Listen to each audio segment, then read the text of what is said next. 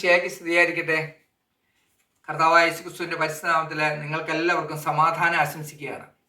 ഇന്ന് ദിവസം നമ്മളെ ചിന്തിക്കുന്ന തിരുവചന ഭാഗം പ്രഭാഷകന്റെ പുസ്തകം 11-ാം അധ്യായം 19-ാം തിരുവചനം.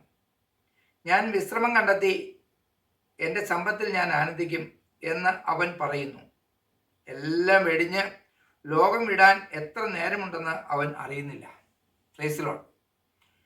പലപ്പോഴും നമ്മൾ സമ്പത്തിൽ ആനന്ദിച്ചിങ്ങനെ അടിച്ചു പൊളിച്ചിങ്ങനെ കഴിയണം എന്നുള്ളൊരു ചിന്താഗതിയിലാണ്. കർത്താവിനോട് കൂടി നമ്മൾ യാത്ര ചെയ്യുന്നതിൽ കുഴപ്പമില്ല.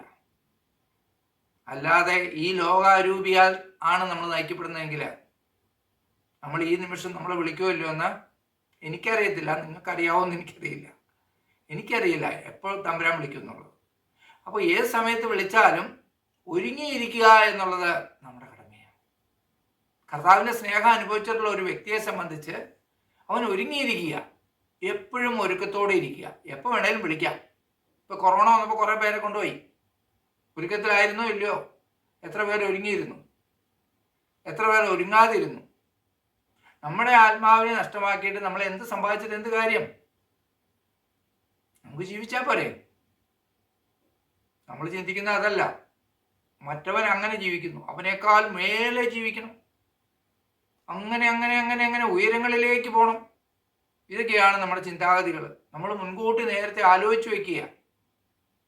അറപ്പുരകളെ പൊളിച്ച് അടിക്കുക, അതിനകത്ത് സംഗതിയെല്ലാം നിക്ഷേപിച്ച് വെച്ച് ആ രാത്രിയിലാണ് നമ്മൾ വിളിക്കുന്നത്, പരിപാടി തീർന്നു.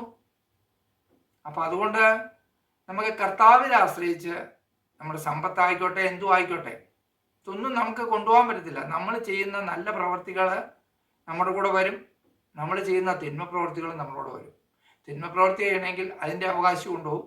നന്മ പ്രവൃത്തിയാണ് നമ്മൾ ചെയ്ത് ജീവിക്കുന്നതെങ്കിൽ നമ്മുടെ ആത്മാവിനെ നമ്മൾ സുരക്ഷിതമായി നമ്മൾ എത്തിക്കേണ്ടിടത്ത് എത്തിക്കും.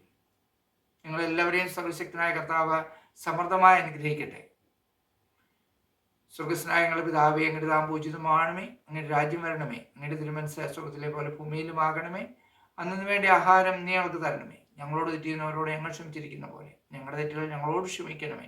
ഞങ്ങളെ പ്രലോഭനത്തിൽ ഉൾപ്പെടുത്തരുതേ, തിന്മയിൽ ഞങ്ങൾ രക്ഷിക്കണമേ. പരിശുദ്ധ അമ്മേ, ദൈവമാതാവേ, ഈശോ ആഗ്രഹിക്കുന്ന പോലെ ഈ ഭൂമിയിൽ ജീവിച്ച് ഈശോയെ മഹത്വപ്പെടുത്തി ഈശോയുടെ സന്നിധിയിലേക്ക് തിരിച്ചു ചെല്ലുവാൻ തക്ക വിധത്തിൽ ഞങ്ങളെല്ലാവരും വിശുദ്ധീകരിക്കുവാൻ അമ്മ മാതാവേ, ഞങ്ങൾക്കായി അമ്മ മധ്യസ്ഥ വീക്ഷിക്കണമേ. നന്മ നിറഞ്ഞ മറിയമേ സുസ്തി, കർത്താവ് അങ്ങയുടെ സ്ത്രീകളിൽ അങ്ങ് അനുഗ്രഹിക്കപ്പെട്ടവളാവും. അങ്ങയുടെ ദുരത്തിന് ഫലമായ ഈശോ അനുഗ്രഹിക്കപ്പെട്ടവനാകും. പരിശുദ്ധ മറിയമേ, തമ്പുരാൻ്റെ അമ്മേ, പാപികളായ ഞങ്ങൾക്ക് വേണ്ടി ഇപ്പോഴും ഞങ്ങളുടെ മരണസമയത്തും തമ്പുരാനോട് അപേക്ഷിച്ചുകൊള്ളണമേ.